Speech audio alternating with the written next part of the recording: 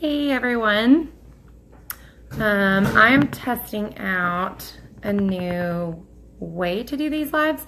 So if you can hear me okay, put a heart or a thumbs up or comment that you can hear what I'm saying. I also have the wash machine going, so hopefully you can hear. All right. Hey you guys. Okay, so what I wanted to come on here today to talk about, hi Stephanie, is just certain facts about your face, the skin on your face that I did not know before the last couple of months.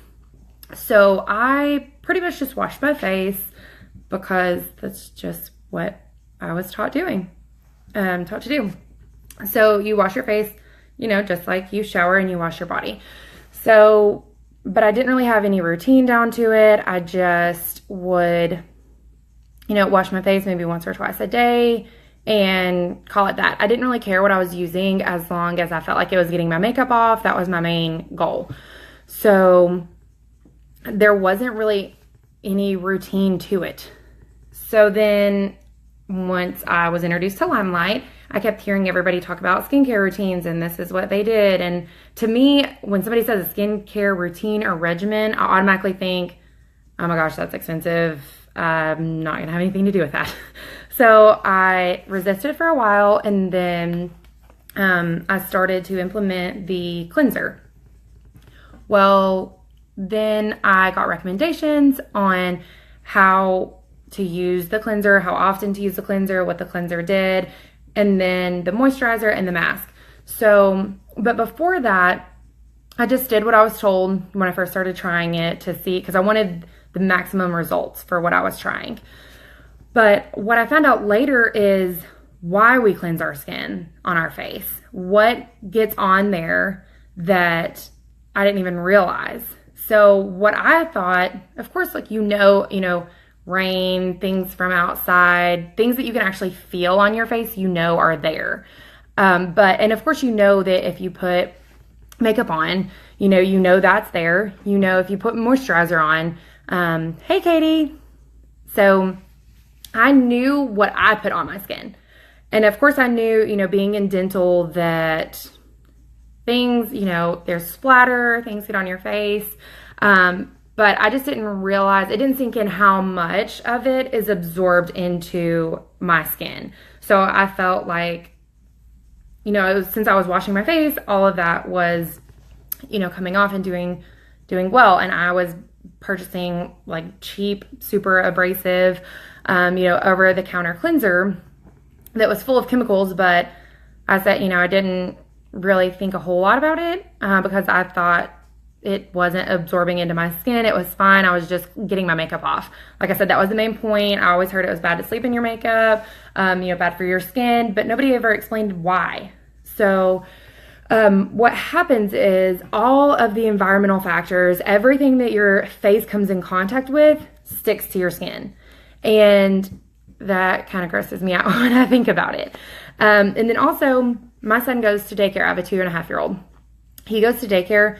Usually the first thing that he does when he sees me is touches my face. He is in this stage where when he wants to go to sleep or he's tired, he wants to hold your face. Whoever is laying with him, whoever is rocking him, it doesn't matter.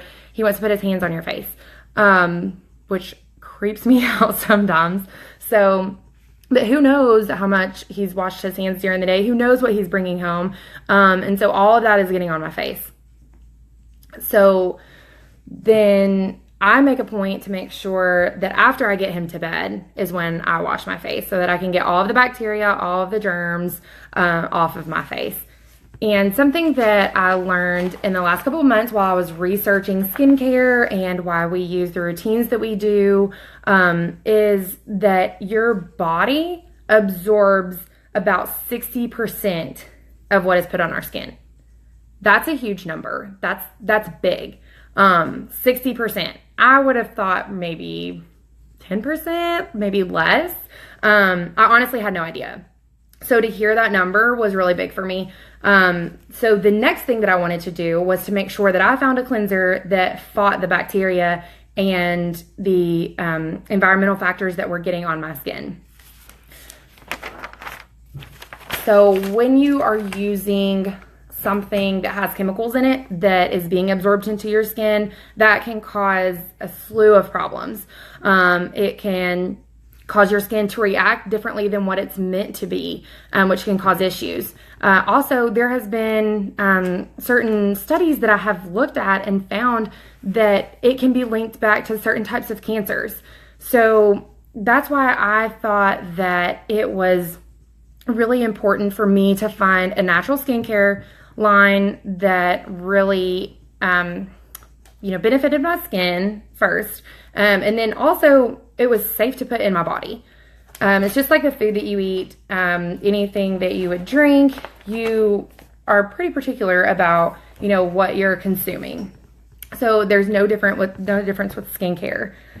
And another thing that I wanted to touch on too, like I said, I really wasn't thinking twice about the chemicals that were in the skincare that I was using beforehand. But then when I heard these numbers, like numbers are a big thing. I'm not great with numbers, but hearing statistics really puts things into perspective for me. So, hey Kelly, what I have learned through researching some of the skincare, information was that we know that other countries have really high quality skincare. They have high quality makeup. And so those countries really put a big standard on the products that they produce and what they allow to be sold in their country. Okay, so let me put this into perspective for you. Europe has banned about 2,000 chemicals for use in personal care products. 2,000. So, okay, that's quite a bit. You could probably ban a little bit more because I feel like I read a statistic recently that there have been somewhere about 80,000 chemicals that have been created, and a handful of them have been tested to see how it affects our body. That's scary, I think. But besides that, Canada has banned about 500 chemicals for use in personal care products. And anybody want to guess how much the U.S. bans? Anybody want to throw out a number? Because you will be so surprised. Well, I don't know if surprised is the word, but I was very taken back by this number. So I will just go ahead and let you know the U.S. bans about 11 of those chemicals. 11. That's crazy. So now, just like several other things that you have to look out for yourself, you have to research, you have to find these things out, because obviously we are not keeping out the things that can be harmful to you. So we're not keeping those out of our products. So it's our job to research and to figure out what products are going to be most beneficial for us in the long term, what's going to help with our symptoms now. So that's what I wanted to talk about first, just about skincare in general. Not even necessarily about Limelight. Limelight does have natural, chemical-free skincare, which, like I said, that's where I started. And then that's when I started doing my research. So, and all of their products are Leaping Bunny certified. Means that they don't test, even the ingredients that make up the product are not tested on animals. So there's no animal cruelty whatsoever. A lot of our products are gluten-free, soy-free. I have a list. So if anybody has any allergies and you're wondering if you can use our skincare, I have came across several friends who have pretty significant allergies and very sensitive skin, and they have been able to use several of our products. So that's a really great thing to know. I can get you an ingredient list for anything that we sell. And then I have just a basic breakdown of what would be, like, gluten-free, what would be vegan. So there's several different things that, if you're wondering about, I can tell you. Like I said, I can send anybody the complete ingredients to any of our skincare products. Okay, with that being said, I want to talk about different types of skin. With different types of skin, so most people know, you either have oily or dry or combination skin. Those are, usually what people will say. But your skin isn't always, the current condition of your skin is not always what you're born with. So we can be using chemicals or things on our face that creates like dryness, or it can be oily even if that's not the type of skin that we actually have. So when you break it down and you break down all of the chemicals, take that out of it, then you will be able to get back to what the skin that you were born with. So there's a couple different ways to tell, but I have oily skin. My skin, it's thick all over. That's a good way. You can just touch it and it feels pretty much the same all over my face. I have pretty large pores, you can probably see on here. So I naturally have oily skin. There have been products that I've used in the past, whether it be makeup products or cleansers and moisturizers, that just will randomly dry out my skin. And so my mom used to sell skincare and makeup when I was growing up. So I would call her and I would say, I don't have dry skin. Why is my skin dry? And so, you know, she would give me instructions to switch something up or change something, really investigate what I was using and why it was doing that to my skin, because that's not the type of skin that I have. So if your skin is doing something that it's not supposed to be doing, you really need to research and look into why it's doing that. And so with oily skin, it tends to be, it can be acne prone because your pores are bigger, and so they are allowing more to settle in those pores. And so which can result in blackheads, or if there's bacteria, it can result in the white bumps that you can sometimes get. So our Dream Clean is what is recommended. It's really great for oily or acne prone skin. It's also really great as a makeup remover. So I know some people who have dry skin and they use it to remove their makeup. They'll use it at night and then they'll use what we have for dry skin in the morning. But the really awesome thing about several of our products is that they have aloe.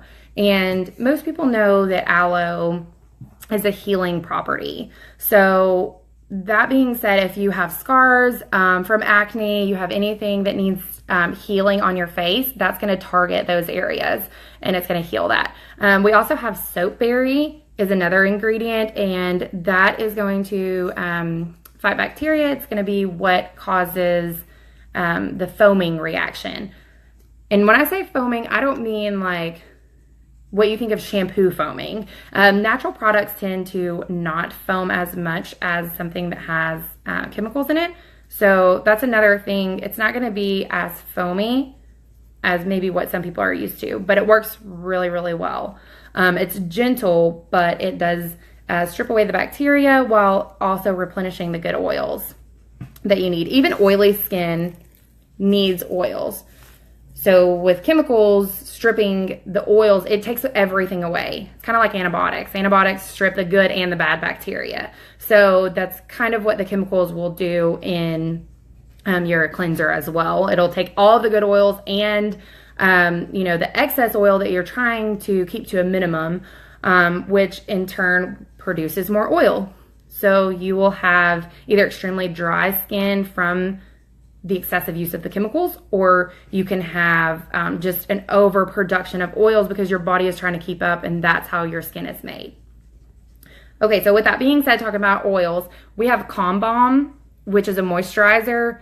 And my entire life, I always said, I don't need a moisturizer. I have oily skin. Why would I be putting a moisturizer on my oily skin?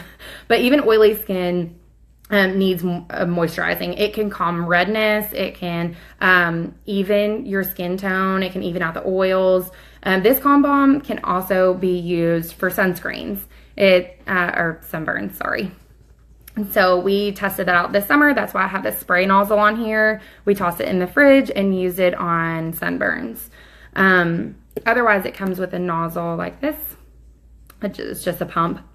But yeah, so the Calm Balm can be used for many different things. Even if you don't have oily skin, it's great to have around the house to use on a multitude of things. Anything that has inflammation, it can calm that. The other thing that is recommended with with oily skin is going to be the Mask of Zen. This is super great, especially if you are prone to breakouts. I have breakouts if I'm stressed, if I have any hormone changes, sometimes just because it seems. And so this mask is really great. You can use this a couple times a week, or you can also use this as a spot treatment. So if you have a few different huge, breakouts, you can just take a little bit of that, spot treat it at night, sleep with it, wash your face the next morning, and you will see a significant difference. It's not going to erase whatever was there, most likely. It's going to reduce the redness. It's going to take down the swelling, and then it's either going to pull that to the surface, or it's going, depending on what type of breakout it is, or it will heal it. So that's really awesome for that. Okay, so now I'm going to talk about dry skin. People with dry skin tend to have a lot smaller pores. So a lot of people with dry skin don't have the issue with breakouts like people with oily skin do. So we have a cleanser. It looks just like this. I don't currently have it. I'm placing an order for it. It's called Quench Cleanse. And the Quench Cleanse will hydrate your skin, and it'll keep it hydrated the entire time. It also will regenerate the skin cells. So it's constantly doing something with hydrating as well. We have the moisturizer for normal to dry skin. It's called Skin Therapist. It's a really great moisturizer. It has oat in it, which is also really calming product, so that's really great. Yeah, Quench Cleanse is so awesome. Diana actually just started using Quench Cleanse. So, okay, so fun fact, I was using the Dream Clean, and so I just told Diana, ran out of what she was using, and I told her, I said, just try that. And so she started using the Dream Clean. Well, she had a little bit of a breakout, and then she said, I told her, that was normal, because when you go from something that is filled with chemicals to a natural skincare line, you're gonna have purging. You're gonna have a little bit of like a detox for maybe a couple days to a week or so. Just varies from person to person. But I went through it as well, and then after that, I saw significant increases in the way that my skin was looking. So I told her, just give it some time, we'll see. Well, come to find out, it was drying her skin out too much. And so she was kind of like an in-between dry skin and oily skin. So we tried this. So then we started trying Quench Cleanse for her. And she has already seen in the last couple of days, she hasn't even been using it a week, she has already seen a significant difference in her skin. Also had her start using the Skin Therapist to help, because it was just drying her skin out so much that her skin was just reacting to not being in its normal state. So that's how it can vary. And like I said, you can use Dream Clean if you have dry skin to remove makeup and whatever, but just be careful of how much you're using something that's not necessarily made for the skin type that you have. And then, so back to the collection that is recommended for dry skin. This is also recommended for maturing skin. So it's very gentle. It's really easy. It doesn't foam up like the Dream Clean does. So that's something to take note of. But it still cleanses really, really well. And like I said, it regenerates those cells that need help boosting that. And as we get older, we need to tell ourselves to wake up and to do what they're supposed to do, and to keep that youthful look. And so that's what this is really great for. Also, the mask that comes with that collection is skin polish. I don't care what kind of skin you have, you need skin polish. Skin polish smells so good. I think Ashley refers to it as like lemon, like a lemon cake is what she always says. Smells like cake, but it is so awesome. I have oily skin and I love it. I know people that have dry skin and they use it all the time. So skin polish is something that I recommend everybody having. It's like going to the spa. It's a very subtle exfoliator, but it makes your skin feel so soft afterwards. Like I said, it smells really great. The thing that I really love about all of the Limelight products is that the scents are not overwhelming. I've had natural products that even though they're not full of all these, you know, chemicals and fragrances. The scent is still really overpowering. But the Limelight products they're fresh, they're super effective, and they smell really great, but not to the point where they're going to give me a headache. So that's really important to note as well. So people that have sensitivities have really loved these products. So I think that's all that I wanted to talk about tonight. I just wanted to go over a couple of facts that I wanted to share because I didn't know. I didn't realize before then, before I started doing my research. So research anything that you put on your skin that you know is going to be absorbed by the skin. So yeah, Calm Balm does smell like tea. That's true. Because it's so important. And I know that people say, and I used to be one of those people that used to say, oh, well, you know, people will say that everything gives you cancer, you know, and you're going to die eventually, so it's fine. But then I'm like, that's kind of naive to think. Like, I want to be here for my kids. I want to be here for my grandkids and possibly their kids. So I want to take care of myself, especially while I'm young, to where I can age well and I can be healthy and be there for those people who are going to need me. So, and I'm sure I'll need them just as much.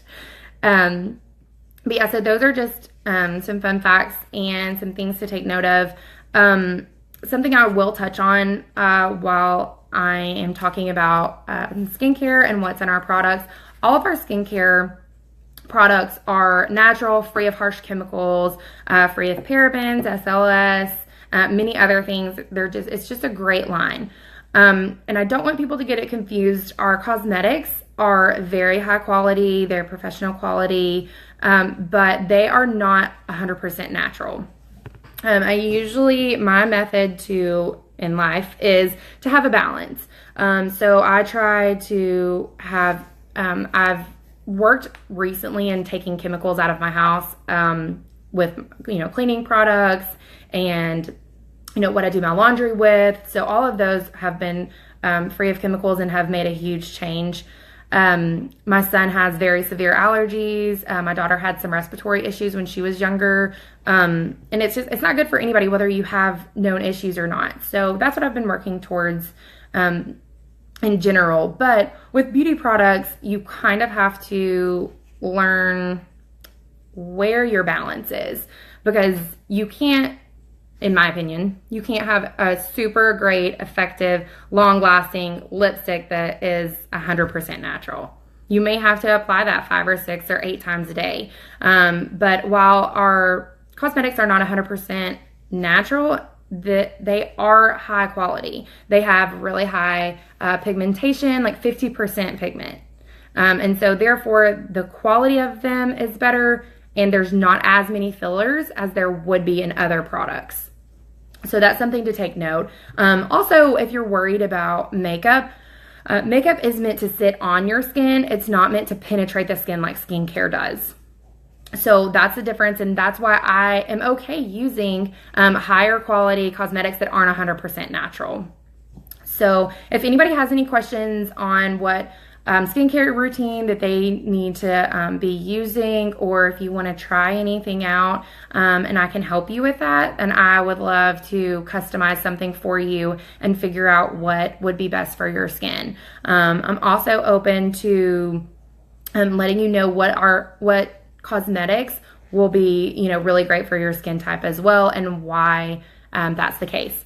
So I will let all of you guys go. I know it's probably about to get dinner time, but I just wanted to jump on here and give y'all some information, and I'm available if you need me. Bye, everybody.